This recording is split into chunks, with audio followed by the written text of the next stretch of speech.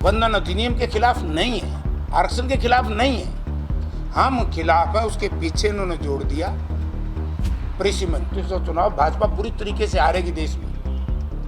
नया परिसीमन ला करके और नई कॉन्स्टिट्यूंसी बना करके अपने हिसाब की तब ये चुनाव जीतने का प्रयास कर रहे हैं। ये प्रयास विपक्ष ने सफल नहीं होने दिया। ऐसा पहली बार हुआ है कि 11 सालों में कि कोई बिल जो है वो गिरा है। किस तरीके से आप देखते हैं? देखिए, 11 साल से लगातार केंद्र की सरकार जनता और पार्टियों के साथ धोखा करती रही हमेशा, और झूठ बोलती रही। देखिए,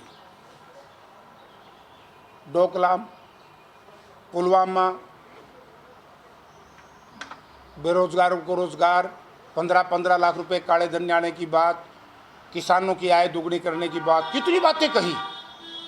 और 2023 में महिला आरक्षण बिल लेकर के आए, विपक्ष ने सर्वसम्मति से पास कराया ना, उसमें सब लोग साथ थे। उसी दिन बेईमाना था जब ये कहा कि 23-24 की बजाय इसको वो परिसीमन करके और नई जनगणना करके उसको लागू करेंगे। फिर जातिगत जनगणना का मामला आ गया। अब ये आप ये देखिए, 21 से लेकर के 26 हो गया, 5 साल में इन्होंने जनगणना क्यों नहीं कराई?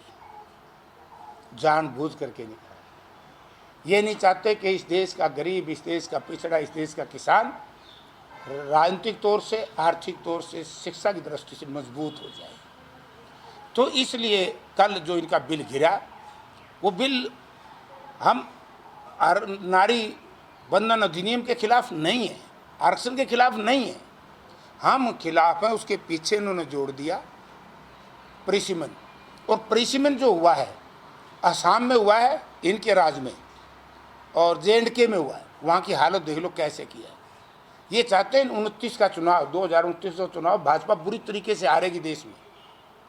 नया परिसीमन ला करके और नई कॉन्स्टिट्यूंसी बना करके अपने हिसाब की तब ये चुनाव जीतने का प्रयास कर रहे हैं। ये प्रयास विपक्ष ने सफल नहीं होने दिया। और उन्होंने प्रधानमंत्री जी से, गृह मंत्री से कहा कि तीनों बिल अलग अलग लेकर के आई, इकट्ठा क्यों क्लब कर दिया? क्योंकि ये खुद बीजेपी की सरकार नारी शक्ति के खिलाफ है, जिसका उदाहरण आपके सामने।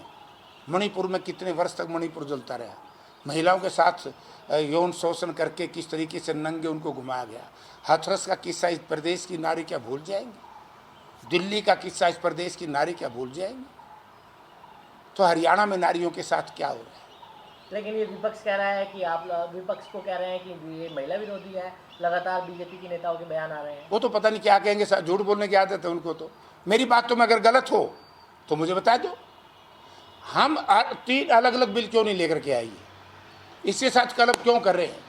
543 सीटों में, आज 543 सीटें लोकसभा की, इंडिया गठबंधन और कांग्रेस पार्टी के नेता ने, राहुल जी, प्रियंका जी ने स्पष्ट शब्दों में कह दिया कि लागू करो। 543 में हम साथ हैं।